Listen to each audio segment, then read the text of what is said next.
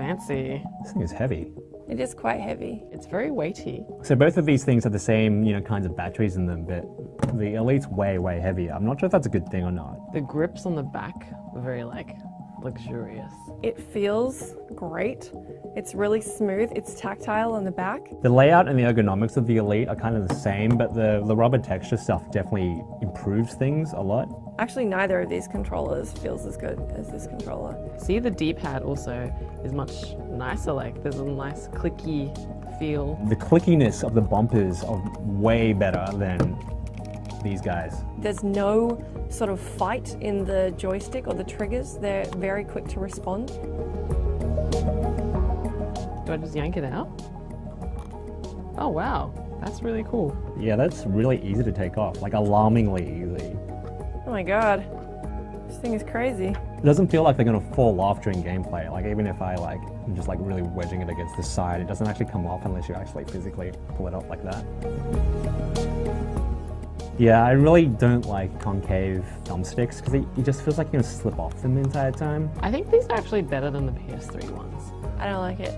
It's too big. I honestly don't know why people like concave thumbsticks. Because they're smooth and less rubbery, therefore less likely to stick to my fingers. The distance between my thumb and the rest of my grip is not big enough for that to be comfortable. I feel like I'm falling off it. I definitely can't see myself using these at all. Are these really high?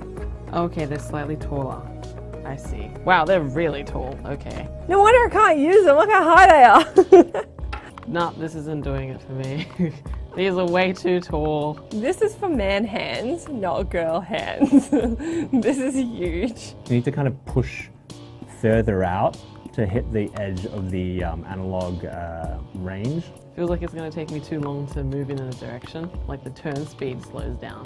You can definitely achieve a more gradual sort of turn with the right thumbstick, with the taller sticks, which may be what you want, maybe not. It just so happens that, for me, these are really tall and really hard to get on top of. I think personally I'd run a tall thumbstick on the right and I'd use a little small one for the movement. So movement would be quick, but when I need to aim, I can sort of slowly pan. If you were a guy and you had bigger hands, it would have been a nightmare using the PS3 controller because that thing is freaking tiny. So I can totally see the point.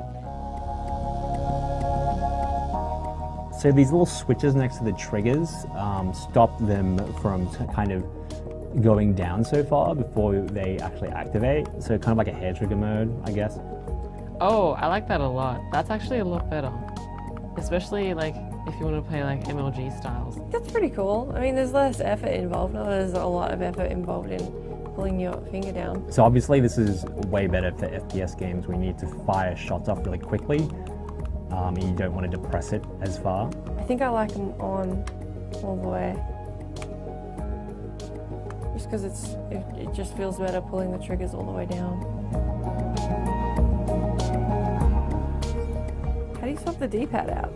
Does it come off? Oh my god.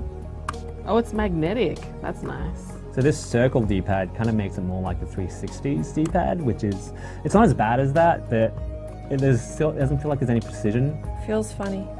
Ugh, no. I guess they kind of want that for fighting games, so you can do half circles easy.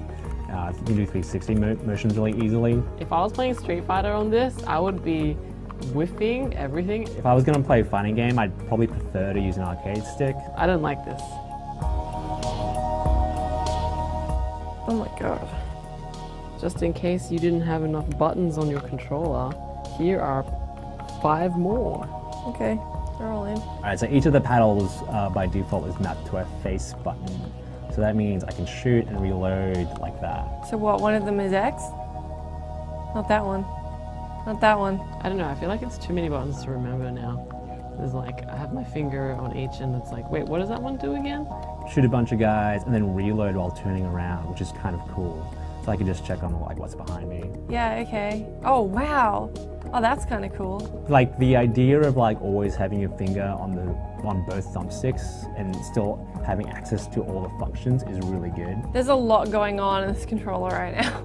I'm not a big fan of the paddles. The option is nice to have. Maybe like if I was gonna map each one to an item, that would be handy. I think my ideal setup would be like hair trigger on the right for sure.